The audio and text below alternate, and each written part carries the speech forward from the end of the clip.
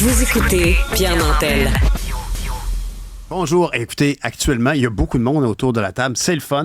Marianne Bessette qui vient nous rejoindre pour une chronique dynamique. Aujourd'hui, on parle de quoi, Marianne? On parle de don de sang. On s'en était parlé dans un autre épisode. Puis là, aujourd'hui, c'est un peu l'occasion parfaite, Pierre, parce que il y a un article du journal qui a été publié un peu plus tôt aujourd'hui. On revient, entre autres, sur le fameux spectacle des Cowboys fringants qui a lieu l'année dernière sur les plaines d'Abraham dans le cadre du Festival d'été de Québec. Et là, la semaine prochaine, on va fêter le premier anniversaire de ce spectacle-là qui a touché tout le monde, même ceux qui n'étaient pas là. Ceux qui n'ont pas été présents se sont mordus les doigts de ne pas avoir fait la route jusqu'à Québec pour pouvoir... Je me rappelle, le spectacle avait été annulé pour des pluies diluviennes. Exactement. Il a été reporté, fait que ça a augmenté les attentes et ça a été un moment d'euphorie collective. Oui, exactement, parce qu'on savait que Carl Tremblay était très malade. Et là, justement, la sœur de Carl Tremblay, Karine, elle a fait une publication sur Facebook en disant que pour faire ce spectacle-là, Carl a dû recevoir une transfusion de sang avant de monter sur scène. Donc, on dit que ça lui donnait beaucoup d'énergie de façon temporaire. Et elle invite du même coup les gens qui, de près ou de loin, ont été touchés par ce spectacle-là, qui a donné de l'énergie à prendre rendez-vous avec Emma Québec pour faire un don. Donc, elle dit ça peut faire une différence. Et on l'a vu et on l'a entendu l'année dernière sur les plaines d'Abraham. C'est clair. Et honnêtement, je pense qu'il n'y a pas meilleure façon de voir l'heure juste sur la situation chez Emma Québec que d'en parler avec des gens de l'équipe d'Emma Québec. On est avec Josée Larrivée, porte-parole pour Emma Québec. Bonjour, Mme Larrivée. Bonjour, merci de nous recevoir ce midi. Ça doit vous toucher, cette anecdote-là? Écoutez, comme des centaines de Québécois, je vais dire des milliers maintenant, avec les heures qui passent, j'ai commencé ma journée les yeux humides, évidemment, avec mon premier café. J'ai, comme tout le monde, lu ce post. J'ai parlé avec Karine un peu plus tôt aujourd'hui. Elle m'a dit qu'elle avait fait ce post-là. Elle a écrit ça dans le fond du fond de son cœur. Elle s'est dit, je vois la vague venir la semaine prochaine. Ça va faire 1 an. Comment peut-on rendre l'affection qu'on a pour Carl et l'affection qu'on a pour cet événement-là? On va être touché. Comment on peut rendre ça concret? Parallèlement, elle nous a entendu un peu plus tôt cette semaine dans les médias parler d'une petite baisse qu'on observait chez les jeunes et le don de sang, donc chez les moins de 30 ans et le don de sang. Et elle a fait une équation. Elle a dit, les jeunes, parmi eux, il y en a beaucoup qui sont fans. Alors, si vous êtes fan, si vous êtes touché, si cette semaine, vous avez la vague à l'âme, mais si vous étiez parmi les 90 000 personnes sur les plaines ou si vous étiez parmi les milliers, centaines de milliers qui n'ont pas eu la chance d'être là puis qui l'ont regardé 1000 fois sur Facebook, sur YouTube. On peut réagir concrètement. Vous pouvez aller sur le site d'Emma Québec. Il y a un onglet qui s'appelle « Prendre rendez-vous », c'est assez facile. Vous pouvez télécharger l'application directement, puis après ça, vous pouvez jouer avec vos rendez-vous. C'est très, très simple de prendre rendez-vous et de se rendre compte que non, ça serait Mais mieux il y a de quand même changer. un saut à faire qui je ne dirais pas qu'il est mystérieux, mais il y a beaucoup de gens qui, quand on parle de ça, disent « Ah, il faudrait bien que je donne du sang ». Mais il y a le premier don de sang est peut-être le plus, de toute évidence, le plus difficile à faire.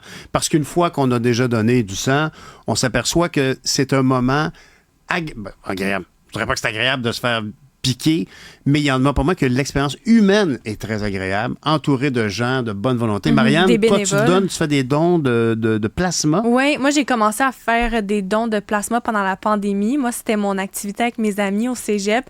On était au cégep, on ne pouvait pas sortir. On était entre colocs, on partait, on était 3-4 dans l'auto, puis on s'en allait faire des dons de plasma.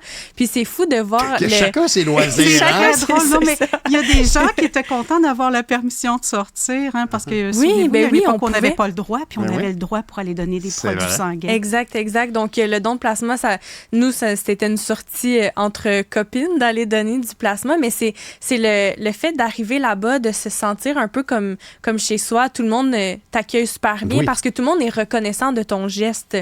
Tout le monde t'accueille à bras ouverts, puis si ça va pas bien, parce qu'on s'entend, il peut y avoir des réactions physiques quand on fait un don de plasma ou de sang. Un choc vagal, oui, exactement. etc. Et tout le monde réagit super bien et vient t'entourer après. C'est vraiment, pour vrai, là, c'était vraiment une belle expérience. Puis le sentiment après, là, c'est un devoir d'attendre. Parole extraordinaire, Ariane. Quelle bonne parole. Et moi, la grande gueule qui est allée dire choc vagal. J'aurais pas dû dire ça parce que ça fait peur au monde. Alors, mais honnêtement, oui, bravo, Marianne. Premièrement, tu es exactement dans la clientèle cible dont parlait Mme Larrivée. Puis, oui, l'ambiance que tu as décrite est tellement exacte. C'est juste du bon monde. Le monde, le personnel infirmier, le personnel qui installe les tables, les gens, bénévoles. Oui. Les bénévoles font la différence. Et en général, si vous allez dans votre quartier, vous allez reconnaître des gens que vous connaissez, vous avez toujours trouvé que c'était du bien bon monde, qui étaient impliqués s'il y avait des fêtes de quartier. Sont là, c'est le même monde. Vous savez, les gens, Marianne peut sans doute le confirmer, mais quand on se rend là, on peut donner du placement à tous les 6 jours. Alors, quand on se rend là tous les 6 jours, il y a des gens qui réservent toujours la même chaise, qui s'en vont à la même place. Donc, ils voient le même personnel. Il y a des liens qui se créent. Là. C'est au-delà du coiffeur où on va se faire couper les cheveux aux 3 mois ou aux 6 mois. Là. Quand tu vas là tous les jours, il y a des confidences, il y a des morceaux de vie.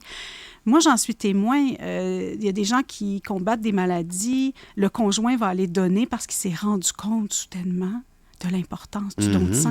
C'est malheureusement... Souvent, quand on est touché de manière personnelle, qu'on se rend compte de l'importance, quand on voit l'être aimé recevoir des culots de sang, puis qu'on voit la vie revenir en lui ou en elle, et ça réveille ça. Absolument. Puis ça, il n'y a rien qui peut remplacer ça qu'un don de sang. Le sang, ça ne s'achète pas, ça ne s'invente pas. Il faut le donner. Dans d'autres pays, par contre, il y a des dons de sang qui sont rémunérés. Là, il y a des groupes, j'imagine, des Red Cross aux États-Unis qui payent. Ici, c'est pas comme ça que ça fonctionne, et c'est tant mieux. Par contre, on est un peu dépendant de la bonne volonté du monde, un peu comme signer sa carte de don d'organes derrière son permis de conduire ou sa carte d'assurance maladie. Et de tissus. Chez Emma Québec, ce sont les tissus que nous gérons, récoltons et redistribuons. Alors, la bonne volonté, parfois, peut amener une certaine liberté. Puis là, arrive l'été, souvent, les réserves sont un peu plus basses. Bien sûr. Alors, moi, je dis aux gens, si vous prévoyez prendre vos vacances au Québec, eh bien, Emma Québec est dans toutes les régions. Alors, si vous allez je sais pas, vous décidez, vous allez dans le parc de la Gatineau, vous allez au lac Saint-Jean. Bon, vous allez au lac Saint-Jean, il y a un placement-vie à Saguenay, il y a une petite journée de pluie. Quel beau moment pour amener vos ados qui, peut-être, à moins de 18 ans, ne peuvent pas donner, mais qui vont voir leurs parents le faire. Je veux dire, c'est un geste qu'on peut apprendre aussi. C'est un geste culturel. Hein, de donner. Moi, je me souviens avec beaucoup d'émotion qu'une employée de mon bureau de député, en voyant l'organisation d'une clinique de don de sang à la place Longueuil, Andréane avait dit, je vais faire mon premier don de sang, puis elle l'a fait. Puis il y a une grande fierté parce qu'une fois que le premier est fait, là, on s'aperçoit que la peur est franchie. C'était pas si pire que ça, finalement. Oui, ça fait juste enlever le mauvais sang. Non, mais la vérité, c'est que c'est une expérience agréable, puis c'est une expérience qui est irremplaçable parce qu'on contribue directement à la sauvegarde des vies de gens qui sont malades à l'hôpital parce que le sang, c'est fondamental. Une petite nuance sur les fameux groupes sanguins. Parce que des fois, moi je dois le dire, là, je pense que j'ai donné mon sang, je sais pas moi, 20, 25 fois. Je me souviens jamais de mon groupe sanguin. Mais vous n'avez pas besoin de connaître votre groupe sanguin. C'est la chose formidable. Parce que des fois, il y a des appels à des groupes. Si vous ne connaissez pas votre groupe sanguin, venez chez Emma Québec, on va vous le dire. Alors, vous pouvez prendre, quand on fait un appel au groupe sanguin particulier, vous pouvez prendre rendez-vous sans connaître votre groupe sanguin. On ne va pas vous refuser, parce qu'on a besoin de sang. Et quand vous êtes dans un centre hospitalier, c'est pas un groupe sanguin en particulier dont vous avez besoin, c'est le vôtre. Oui, alors, absolument. Il y en a pour tous les goûts, puis il y en a pour tous les groupes. Mais on va vous donner votre groupe sanguin, on va vous l'indiquer, puis si vous l'oubliez, on va vous le redire avec plaisir. C'est pas écrit sur notre bracelet aussi quand on donne du sang? Oui, mais quand on prend rendez-vous, si on ne se souvient pas de son groupe comme Pierre, on a une petite mémoire. Très drôle comme analogie, Mme Larrivée. On en a parlé hors d'onde. Quel bout en train.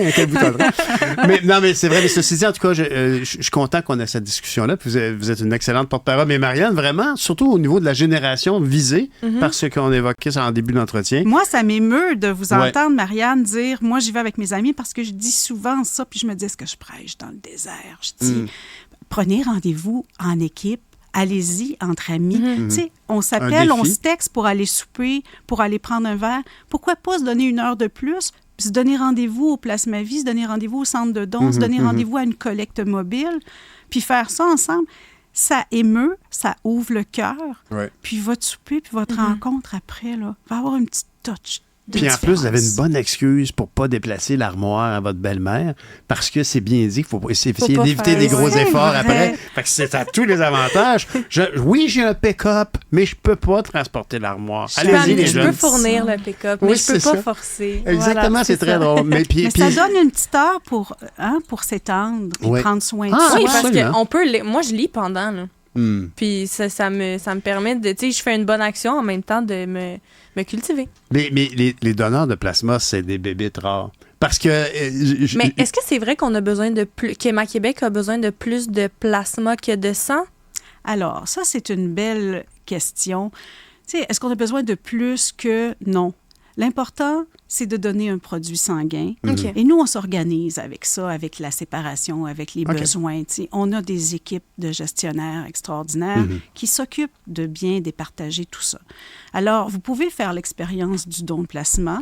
C'est différent. Pour faire le don de plasma, donc, il faut se rendre dans un centre fixe. Il y en a 11 au Québec. Alors, vous regardez lequel est près de chez vous. Là, on est à Montréal, Rive-Sud, donc, Rive-Nord. Toutes les informations pour simplifier les choses. Quelqu'un qui nous écoute fait, bon, OK, peut-être ça a l'air le fun. Prenez votre moteur de recherche préféré. Tapez Héma-Québec. Vous allez arriver sur notre site. Prendre rendez-vous. Si vous n'êtes pas certain si vous pouvez prendre rendez-vous, puis-je donner? C'est l'onglet aussi magique. Parfait. Cliquez là-dessus, ça va vous éviter de vous déplacer pour rien si vous prenez certains médicaments. Allez voir. Si Madame Larrivée, c'était un bel échange. Merci beaucoup, Marianne Bessette, donc journaliste à la recherche ici. Madame Larrivée, porte-parole d'Héma-Québec, merci beaucoup pour ce bel échange. C'est ce qui met une fin d'ailleurs à notre émission d'aujourd'hui. Alors, je vous souhaite une bonne après-midi. On se reparle demain matin. Au revoir.